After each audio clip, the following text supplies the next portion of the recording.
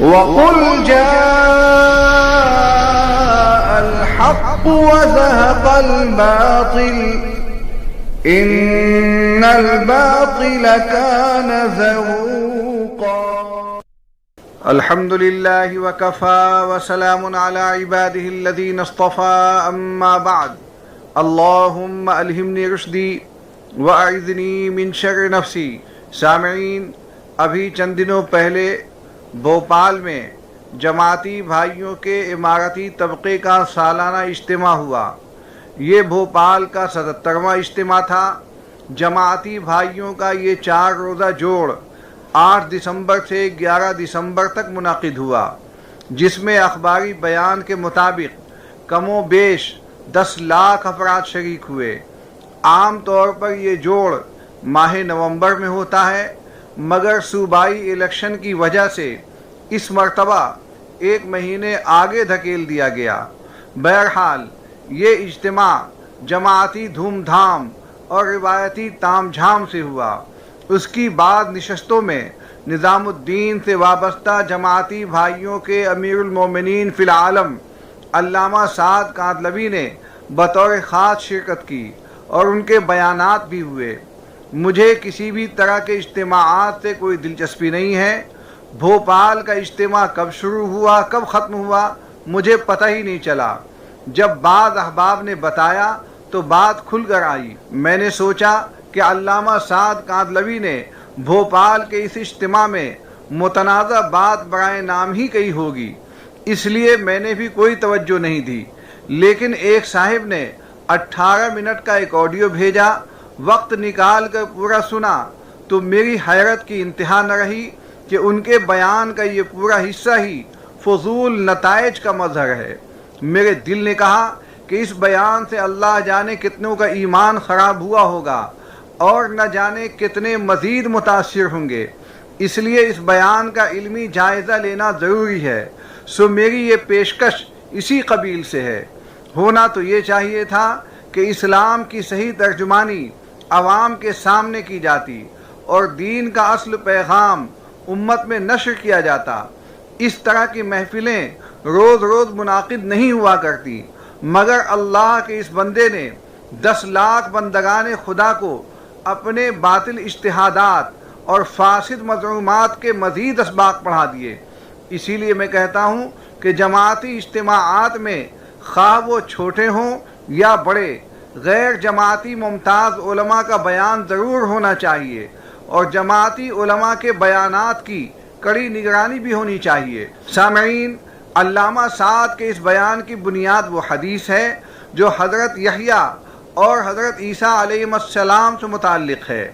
علامہ سعد نے وہ حدیث سنا کر اول اور آخر کئی سنگین نتائج نکالے اور جماعتی بھائیوں کو سال کے 4 مہینے نکالنے پر ابھارا. انہوں نے حدیث پیش کرتے ہوئے کہا کہ اللہ تعالیٰ نے حضرت یحییٰ علیہ السلام سے کہا کہ بنو اسرائیل کو بیت المقدس میں جمع کرو اور انہیں 5 باتوں کی دعوت دو. ایک تو یہ کہ اللہ کے ساتھ کسی کو شریک نہ ٹھہرائیں، دوسرے یہ کہ نماز پڑھیں، تیسرے یہ کہ رمضان کے روزے رکھیں، چوتھے یہ کہ صدقہ نکالیں اور 5ویں یہ کہ ذکر اللہ کی کثرت کریں. یحییٰ علیہ السلام کو اللہ تعالیٰ کا یہ فرمان یاد تھا، مگر خطرہ تھا کہ تاخیر ہو جائے.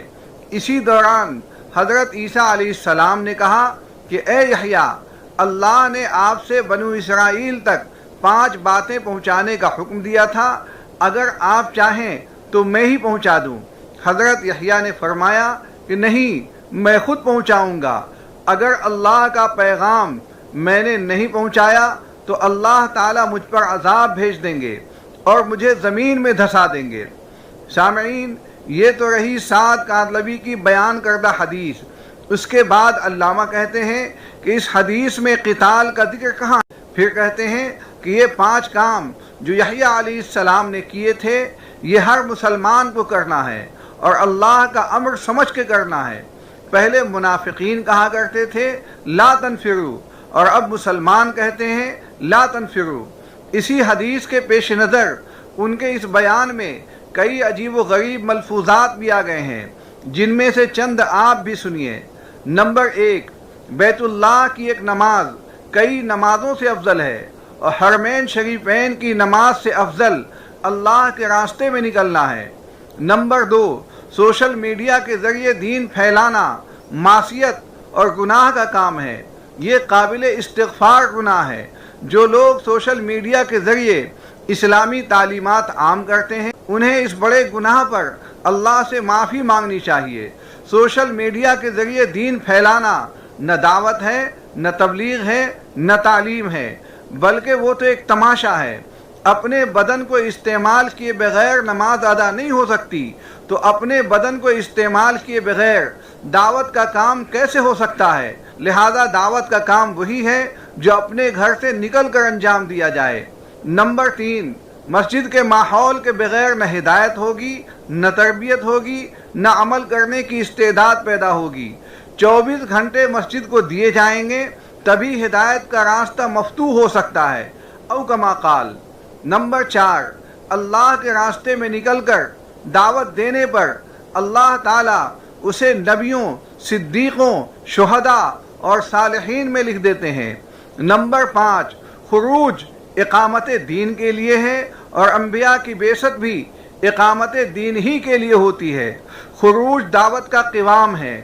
نمبر 6، ہر سال 4 مہینے اگر خروج نہیں کرو گے ایمان کا مزہ نہیں چکھ سکتے۔ نمبر 7، اس کام کو اللہ کا امر سمجھ کے کرنا ہے۔ سامعین، علامہ سعد کاتلوی نے وہ حدیث پیش تو کر دی اور اپنے انداز میں نتائج بھی نکال دیے، مگر انہوں نے نہ تو پوری حدیث پیش کی، نہ قاعدے سے پیش کی، اور نہ نتائج صحیح نکالے۔ اب میں چاہتا ہوں کہ وہ پوری حدیث آپ کے گوش گزار کر دوں تاکہ میرا تبصرہ اور تجزیہ اچھی طرح آ جائے۔ یہ حدیث مسند احمد میں ہے۔ اللہ کے رسول صلی اللہ علیہ وسلم نے فرمایا، اللہ عز و جل نے یحییٰ علیہ السلام کو 5 چیزوں کا حکم دیا کہ ان پر عمل کرو، اور بنو اسرائیل کو بھی ان پر عمل کرنے کا حکم دو۔ قریب تھا کہ وہ اس میں غفلت کریں، تو عیسیٰ علیہ السلام نے انہیں یاد دلایا کہ آپ علیہ السلام کو پروردگار عالم کا حکم تھا کہ ان 5 چیزوں پر خود کار بند ہو کر دوسروں کو بھی حکم دو۔ لہذا یا تو آپ علیہ السلام کہہ دیجئے یا میں پہنچا دوں۔ حضرت یحییٰ علیہ السلام نے فرمایا، مجھے ڈر ہے کہ اگر آپ سبقت لے گئے تو کہیں مجھے عذاب نہ دیا جائے یا زمین میں دھسا نہ دیا جاؤں۔ پس یحییٰ علیہ السلام نے بنو اسرائیل کو بیت المقدس کی مسجد میں جمع کیا۔ جب مسجد بھر گئی تو آپ علیہ السلام اونچی جگہ پر بیٹھ گئے اور اللہ تعالیٰ کی حمد و ثنا بیان کر کے کہا، اللہ تعالیٰ نے مجھے 5 باتوں کا حکم کیا ہے کہ خود بھی عمل کروں، تم سے بھی ان پر عمل کراؤں۔ ایک ہے کہ ایک اللہ کی عبادت کرو، اس کے ساتھ کسی کو شریک نہ ٹھہراؤ۔ اس کی مثال ایسی ہے جیسے کوئی شخص خاص اپنے مال سے کسی غلام کو خریدے اور غلام کام کاج کرے، لیکن جو کچھ حاصل ہوا ہے اسے کسی اور کو دے دے۔ کیا تم میں سے کوئی اس بات کو پسند کرتا ہے کہ اس کا غلام ایسا ہو؟ ٹھیک اسی طرح تمہارا پیدا کرنے والا، تمہیں روزی دینے والا، تمہارا حقیقی مالک اللہ تعالی وحدہ لا شریک ہے، پس تم اسی کی عبادت کرو اور اس کے ساتھ کسی کو شریک نہ ٹھہراؤ۔ دوسری یہ کہ نماز کو ادا کرو۔ اللہ تعالیٰ کی نگاہ بندے کی طرف ہوتی ہے جب تک کہ وہ نماز میں ادھر ادھر منہ نہ پھیرے۔ جب تم نماز میں ہو تو خبردار ادھر ادھر التفات نہ کرنا۔ تیسرا حکم یہ ہے کہ روزے رکھا کرو۔ اس کی مثال ایسی ہے جیسے کسی شخص کے پاس مشک کی تھیلی بھری ہوئی ہو جس سے اس کے تمام ساتھیوں کے دماغ معطر رہیں۔ یاد رکھو کہ روزے دار کے منہ کی خوشبو اللہ تعالیٰ کو مشک کی خوشبو سے بھی زیادہ پسند ہے۔ چوتھا حکم یہ ہے کہ صدقہ دیتے رہا کرو۔ اس کی مثال ایسی ہے جیسے کسی شخص کو دشمنوں نے قید کر لیا اور گردن کے ساتھ اس کے ہاتھ باندھ دیے، گردن مارنے کے لیے لے جانے لگے تو وہ کہنے کہ تم مجھ سے فدیہ لے لو اور مجھے چھوڑ دو۔ چنانچہ جو کچھ تھا کم زیادہ دے کر اپنی جان چھڑا لی۔ پانچواں اس کا حکم یہ ہے کہ بکثرت اس کے نام کا ذکر کرو۔ اس کی مثال اس شخص کی طرح ہے جس کے پیچھے تیزی کے ساتھ دشمن دوڑتا آتا ہے اور وہ ایک مضبوط قلعہ میں گھس جاتا ہے اور وہاں امن و امان پا لیتا ہے۔ اسی طرح بندہ اللہ تعالیٰ کے ذکر کے وقت شیطان سے بچا ہوا ہوتا ہے۔ یہ فرما کر رسول اللہ صلی اللہ علیہ وسلم نے فرمایا، اب میں بھی تمہیں 5 باتوں کا حکم کرتا ہوں جن کا حکم اللہ تعالیٰ نے مجھے دیا ہے۔ نمبر 1، مسلمانوں کی جماعت کو لازم پکڑے رہنا۔ نمبر 2، اللہ اور اس کے رسول صلی اللہ علیہ وسلم اور مسلمان حاکم وقت کے احکام سننا۔ نمبر 3، اللہ، رسول اور مسلمانوں کے حاکموں کے احکام ماننا۔ نمبر 4، ہجرت کرنا۔ نمبر 5، جہاد کرنا۔ جو شخص جماعت سے ایک بالشت بھر نکل جائے گویا وہ اسلام کے پٹے کو اپنے گلے سے اتار پھینکے گا۔ ہاں، یہ اور بات ہے کہ رجوع کر لے۔ جو شخص جاہلیت کی پکارے وہ جہنم کا کوڑا کرکٹ ہے۔ لوگوں نے کہا، یا رسول اللہ صلی اللہ علیہ وسلم، اگرچہ وہ روزے دار اور نمازی ہو۔ فرمایا، اگرچہ نماز پڑھتا ہو اور روزے بھی رکھتا ہو اور اپنے آپ کو مسلمان سمجھتا ہو، مسلمانوں کو ان کے ناموں کے ساتھ پکارتے رہو جو خود اللہ تبارک و تعالیٰ نے رکھے ہیں، مسلمین، مومنین اور عباد اللہ۔ مسند احمد جلد نمبر 4 صفحہ نمبر 123۔ یہ حدیث حسن درجے کی ہے۔ سامعین، یہ پوری حدیث آپ کے سامنے ہے۔ کیا اس میں رمضان کے روزے کا ذکر ہے؟ رمضان کا ذکر کیسے ہو سکتا تھا جبکہ اس ماہ کے روزے پچھلی امتوں پر فرض تھے ہی نہیں؟ یہ روزے تو فقط امت محمدیہ پر فرض ہوئے ہیں، وہ بھی نبوت ملنے کے 14 سالوں کے بعد، یعنی ہجرت کے دوسرے سال میں۔ سعد کاندلوی نے اس حدیث کے ہر جز کا صرف ابتدائی حصہ پیش کیا۔ حضرت یحییٰ علیہ السلام نے جو تفصیل دی تھی اسے بیان ہی نہیں کیا۔ اس کے باوجود کتنے تراخ سے علامہ صاحب یہ کہہ رہے ہیں کہ اس حدیث میں 5 باتوں کا حکم ہے، قتال فی سبیل اللہ کا حکم ہے ہی نہیں۔ اجی حضور والا، آپ نے تو سیدنا حضرت یحییٰ علیہ السلام کا ارشاد ہی ڈھنگ سے پیش نہیں کیا۔ اگر وہ ارشاد ذرا قاعدے سے پیش کر دیتے تو ٹھوکریں نہ کھاتے۔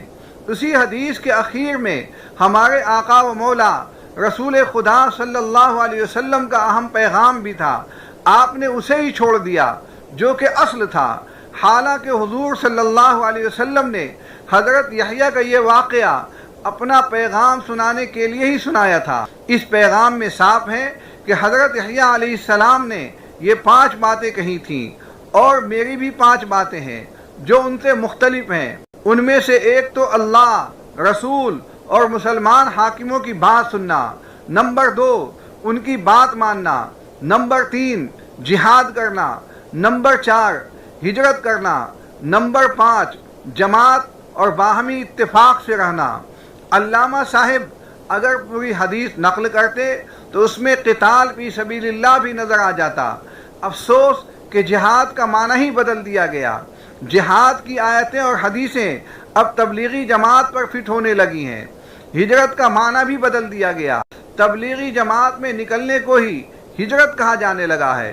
سمع اور طاعت کا تعلق بھی علماء حق سے ہے، اور تبلیغی جماعت غیر جماعتی علماء سے بڑی حد تک بیزار ہے۔ رہی 5ویں بات تو علامہ صاحب جمہور امت سے بہت پہلے کرنے لگے ہیں۔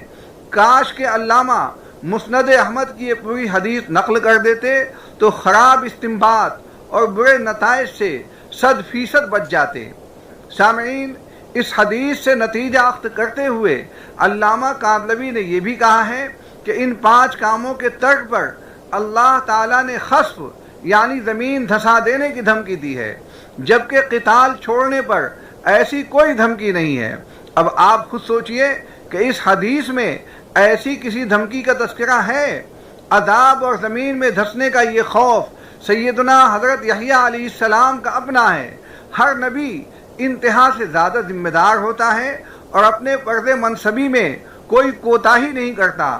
حضرت یحییٰ کو لگا کہ اگر یہ 5 باتیں میرے بجائے حضرت عیسیٰ علیہ السلام بتائیں گے تو مجھے ڈر ہے کہ مجھ پر کوئی عذاب آ جائے یا میں دھسا دیا جاؤں۔ لہذا میری ڈیوٹی مجھے ہی نبھانے دی جائے۔ اس حدیث میں کہیں نہیں ہے کہ اللہ تعالیٰ نے یہ 5 باتیں نہ پہنچانے پر حضرت یحییٰ علیہ السلام کو عذاب کی دھمکی دی تھی۔ یہ علامہ صاحب کا خانہ ساز اختراع ہے۔ دوسری بات یہ ہے کہ علامہ کاندھلوی سیدنا حضرت یحییٰ علیہ السلام والے 5 اعمال کی تعلیم تو دے رہے ہیں جن کی اتباع ہم پر فرض، مگر ہمارے نبی صلی اللہ علیہ وسلم والے 5 اعمال کی تعلیم نہیں دے رہے ہیں، حالانکہ ہمارے نبی والے 5 اعمال اللہ تعالیٰ کے بتائے ہوئے ہیں اور ان کے حکم سے ہی نبی پاک صلی اللہ علیہ وسلم نے بیان بھی کیے ہیں، جس کی صراحت خود اسی حدیث میں موجود ہے۔ سامعین، یہ تو اسی حدیث کے بارے میں مختصر سی وضاحت تھی۔ انشاءاللہ اگلی مجلس میں علامہ کے ان تمام نتائج پر قدر تفصیل سے بات ہوگی جو انہوں نے اسی حدیث کے ذیل میں بیان کیے ہیں۔ اللہ سے دعا ہے کہ تمام مسلمانوں کو علماء حق یعنی علماء دیوبند کے بیان کردہ طریقے کے مطابق زندگی گزارنے کی توفیق بخشے اور غلو فی الدین، تفسیر بالرائے اور زیادہ حق سے انحراف جیسی بیماریوں سے بچائے۔ وآخر دعوانا ان الحمد للہ رب العالمین۔